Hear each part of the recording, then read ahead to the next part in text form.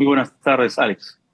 Bien, hemos tenido conocimiento que usted hace cerca de 2 meses estuvo de visita en El Salvador, donde pudo ser testigo de los resultados del plan Bukele. Coméntenos, ¿qué le ha parecido esta experiencia a usted que la ha vivido de cerca? Bueno, mencionarte que como parte de mejorar la estrategia de seguridad ciudadana en el Distrito de Los Olivos, fuimos a visitar El Salvador, la experiencia exitosa del plan Bukele, y considero que hay cosas que se pueden rescatar del plan Bukele, como por ejemplo el plan de control territorial, que es más que nada el copamiento con efectivos de seguridad de las zonas más calientes, de mayor tasa de criminalidad según el mapa del delito y de las fronteras, que permite justamente hacer control de identidad por parte de la Policía Nacional para poder justamente pedir DNI y verificar pues si tienen antecedentes, si tienen requisitorias, y adicionalmente preguntarle a dónde van, con quién se van a entrevistar, qué tiempo se van a quedar, qué hacen por ahí. Con esa sola medida disuasiva vamos a tener un impacto importante en la lucha contra la delincuencia. Otro dato importante es, por ejemplo, la ampliación del periodo de investigación en los delitos de Francia. Sabemos que el 98% de los delincuentes en este momento que son capturados terminan en las 48 horas nuevamente en las calles cometiendo más crímenes, más delitos, sembrando el terror, sembrando zozobra, en vez de, digamos, terminar en la cárcel tras las rejas, cumplir una sanción y una pena ejemplar. ¿Por qué? Porque el periodo de investigación es de 48 horas y es insuficiente. Necesitamos pasar de 2 días a por lo menos una semana o 2 semanas, como es en El Salvador, de tal forma que el fiscal pueda tener el tiempo suficiente para tener una carpeta fiscal contundente y solicitar la detención preliminar, y el delincuente al final termine tras las rejas y no como ahora en las calles nuevamente delinquiendo. Otra medida que es importante es la profesionalización del serenazgo municipal. Y con esto digo que hay que dejar de lado la receta tradicional y dar paso a una receta nueva, donde se incorpore no solamente a la policía en esta estrategia de seguridad ciudadana, sino al serenazgo y a las Fuerzas Armadas. La profesionalización del serenazgo tiene dos objetivos. Uno, incentivas para que el joven que dice yo quiero ser sereno para proteger a mi sociedad, también sabe que vas a promover una carrera pública, de tal forma que con el pasar del tiempo pueden ir ascendiendo de agente municipal, pasando por cabo uno, cabo dos, sargento hasta comandante, de tal forma que al final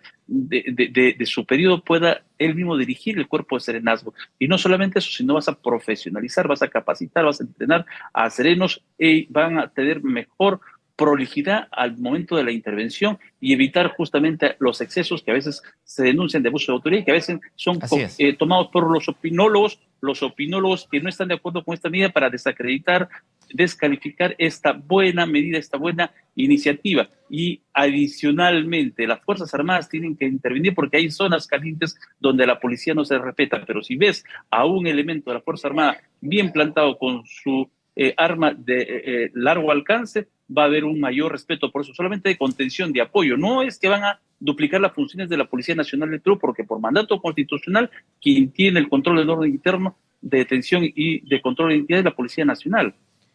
Es clara su posición y con la experiencia que ha vivido, y sin duda el distrito de Los Olivos viene registrando una serie de problemas con temas de delincuencia, criminalidad que se da en prácticamente toda la zona norte de Lima, y entendemos la preocupación que los llevó a ustedes a ir a El Salvador, pero quisiera que nos comente sobre cómo es el funcionamiento en El Salvador que pudieron recoger ustedes en experiencia propia.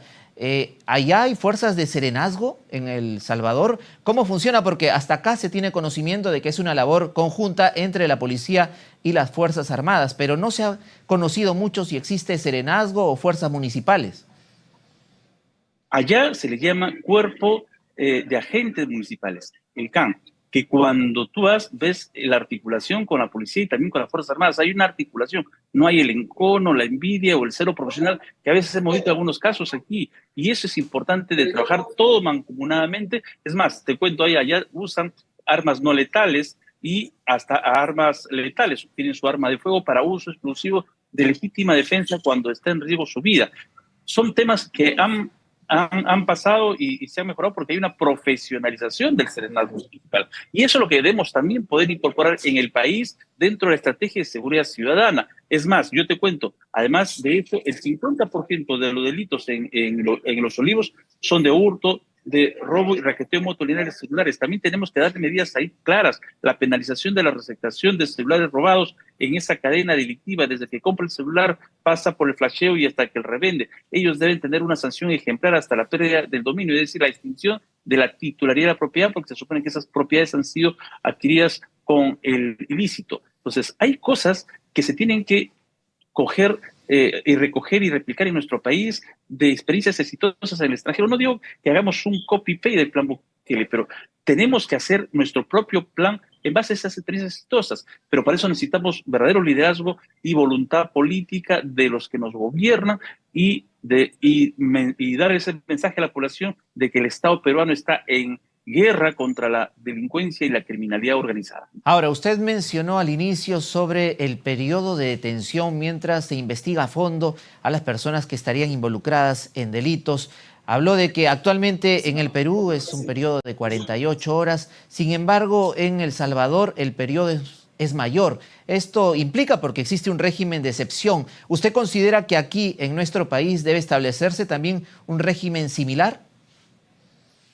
Mira, lo que he visto en El Salvador es, por ejemplo, no hay recorte de derechos fundamentales, la gente circula libremente, hay derecho a la reunión. Lo que sí está claro que con el régimen de excepción ha permitido intervenir las comunicaciones de los delincuentes y de sus colaboradores y adicionalmente también de justamente poder ingresar a sus viviendas sin esa autorización del Poder Judicial para poder agilizar las investigaciones para que esos delincuentes terminen en la cárcel y no en las calles sembrando más terror. Bien, y usted también mencionó de que debe recogerse algunos planteamientos que han dado resultados, algunas normativas que también ha sido de manera similar en la lucha contra la delincuencia con resultados favorables. Sin embargo, hay otras normativas, otras disposiciones que se han dado en El Salvador que han sido excesivas. ¿Cuáles son estas? Bueno, lo que sí te puedo decir es que todo sistema de justicia es imperfecto.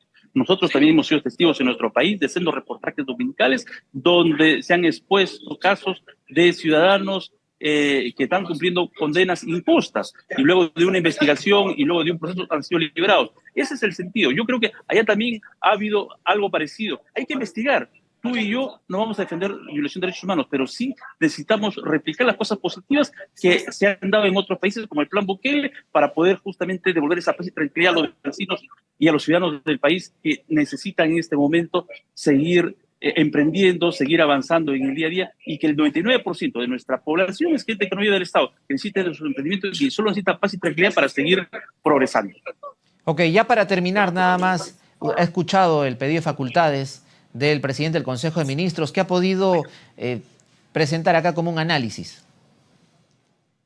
Bien, era entonces la entrevista con el alcalde del distrito de Los Olivos, mostrándose a favor de recoger algunos aspectos favorables del plan Bukele en la lucha contra la criminalidad, la delincuencia en nuestro país, pero señala de que la realidad es completamente distinta, no puede copiarse a la perfección el plan Bukele, sino solamente recoger aquellos aspectos que han dado resultados.